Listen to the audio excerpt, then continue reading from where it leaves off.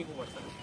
ಅಡ್ಮಿಕ್ಷನ್ಸ್ ಇದೆಯಾ, ಬೇರೆ ಯಾವ್ದು ಸೇರ್ಕೊಂಡಿದೆಯಾ, ಅಥವಾ ಬೀಜದ ಮೂಲಕ ಇದು ರೋಗ ಏನಾದರೂ ಬಂದಿದೆಯಾ ಅಂತ ಚೆಕ್ ಮಾಡಿ ರಿಪೋರ್ಟ್ ಕೊಡ್ತಾರೆ. ಇದು ಮೈನ್ವಾಗಿ VC ಫಾರ್ಮ್ ಮಂಡ್ಯದವರಿಗೆ ಆಲ್ರೆಡಿ ರಿಪೋರ್ಟ್ ಸಬ್ಮಿಟ್ ಮಾಡಿದ್ದಾರೆ ಸರ್.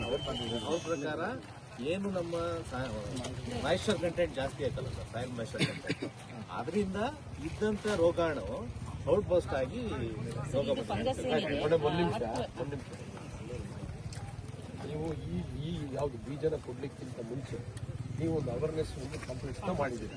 ಮಾಡಿ ಏನಂತ ಹಾಕಿದ್ರ ಈ ರೀತಿ ರೋಗ ಬರುವಂತ ಸಾಧ್ಯತೆಗಳಿದೆ, ನೀವು ಈ ಔಷಧಿನ ಸಿಂಪರಣೆ ಮಾಡಬೇಕು ಅಂತ ಹೇಳಿದ್ರೆ ನೀವು ಹೇಳಿರ್ತಕ್ಕಂಥ ಗೈಡ್ಲೈನ್ಸ್ ಎಲ್ಲವನ್ನು ಫಾಲೋ ಮಾಡಿದರೆ ನೀವು ಹೇಳ್ತಕ್ಕಂಥ ಔಷಧಿನೂ ಕೂಡ ಸಿಂಪರಣೆ ಮಾಡಿದ ಮೇಲೂ ಕೂಡ ಈ ರೀತಿ ಆಗಿದ್ರೆ ಇದು ಯಾರು ಜವಾಬ್ದಾರಿ?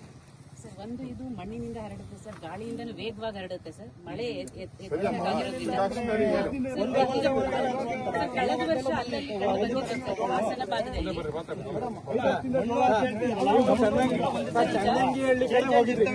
ಚನ್ನಂಗಿಹಳ್ಳಿ ಕಡೆ ಹೋದಾಗ ಕಟ್ಟಾಯ ಹೋಬಳಿನಲ್ಲಿ ಆವಾಗ 1 ತಿಂಗಳಾಗಿದೆ ಸರ್ ನೀವು ಹೋಗಿ.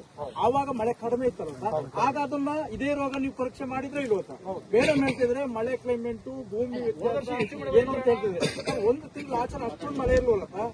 ಆ ಭಾಗದಲ್ಲಿ ಸಮೀಕ್ಷೆ ಮಾಡಿದ್ರೆ ರೈತರ ಜೊತೆ ಎಲ್ಲ ನಿಂತು ಹೊಲದಲ್ಲೆಲ್ಲ ನೋಡಿ ಜೋಳ ನೋಡಿದ್ವಿ. ಅವತ್ತು ಕೂಡ ಈ ರೋಗ ಕಂಪ್ಲೇಂಟಿಂಗ್ ಮಾತ್ರ ರೈತರು ಮನವರಿಕೆ ಮಾಡ್ಕೊಂಡ್ರು.